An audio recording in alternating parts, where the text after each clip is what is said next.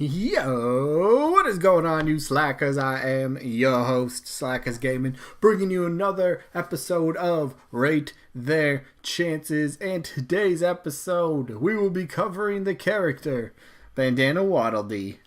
Now, if you haven't seen the series before, each Sunday, and only Sundays, I will be doing at least 2 videos, and each video I go over one specific character.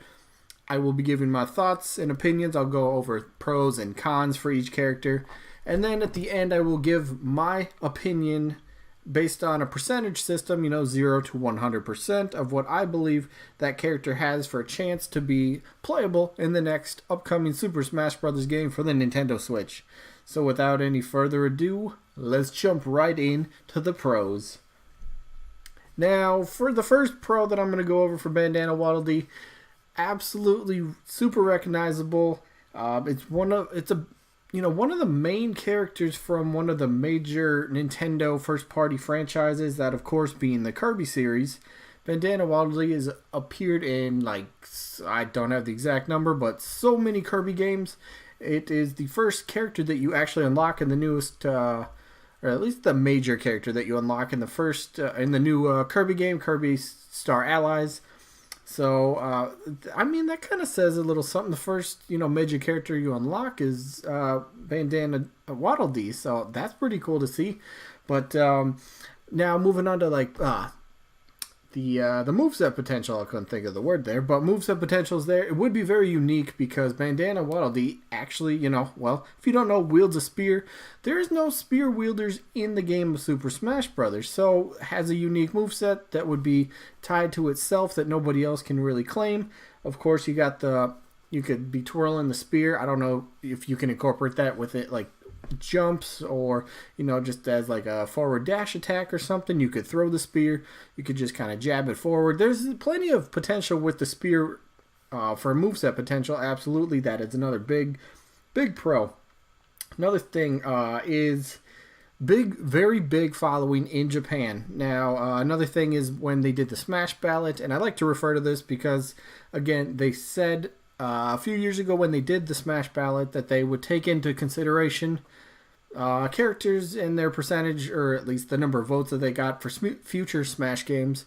And Bandana Dee actually was getting some pretty big votes on the Smash ballot. I don't think it was a top 5 character, but it was definitely up there. I'd say probably top 15. So Bandana Dee, it's got its popularity, it's got its following, absolutely. It's represented from one of the major first-party Nintendo IPs in the Kirby series. And since Kirby's been around for so long, and it only has 3 representations, and if Kirby didn't get any more representation, I think a lot of the fan base would be okay with Kirby, Meta Knight, and King Dedede. But there's no arguing that Bandana Dee is absolutely worthy of a spot in Super Smash Bros. For the Switch. Major character from a major first-party game. The moveset is there. There's so many good pros for this character that I think really help increase the chances for Bandana Dee to become playable. Plus, the Waddle Dees were removed from King Dedede's side attack for Wii U and 3DS, so maybe that kind of says something as well. Maybe Sakurai kind of considered Waddle Dee at one point. Well, who knows? But now we got to move on to the cons. So first con that I have here is since Sakurai left HAL and the Kirby thing, what are his feelings towards I guess the Kirby series and adding anything Kirby related into the series? Because since Brawl, we haven't really had much integration from the Kirby series in the Smash series.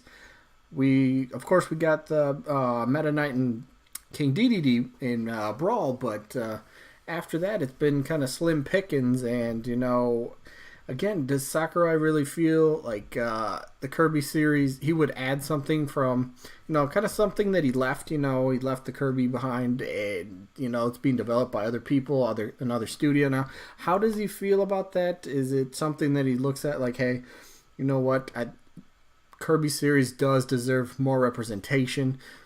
It did used to be my series, you know, so that kind of comes into play. We'll see what happens with that. Maybe we get an answer on that. I doubt it, but who knows.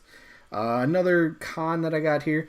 People often compare Bandana Waddle Dee to kind of like smaller, lesser characters from other series, such as characters like a Toad or a Goomba from the Mario series, and they kind of see Bandana Dee as kind of like just a side character, nothing like too special. People know the character, but it's nothing huge. It's just kind of like, oh, it's just another character that's just kind of there for the games.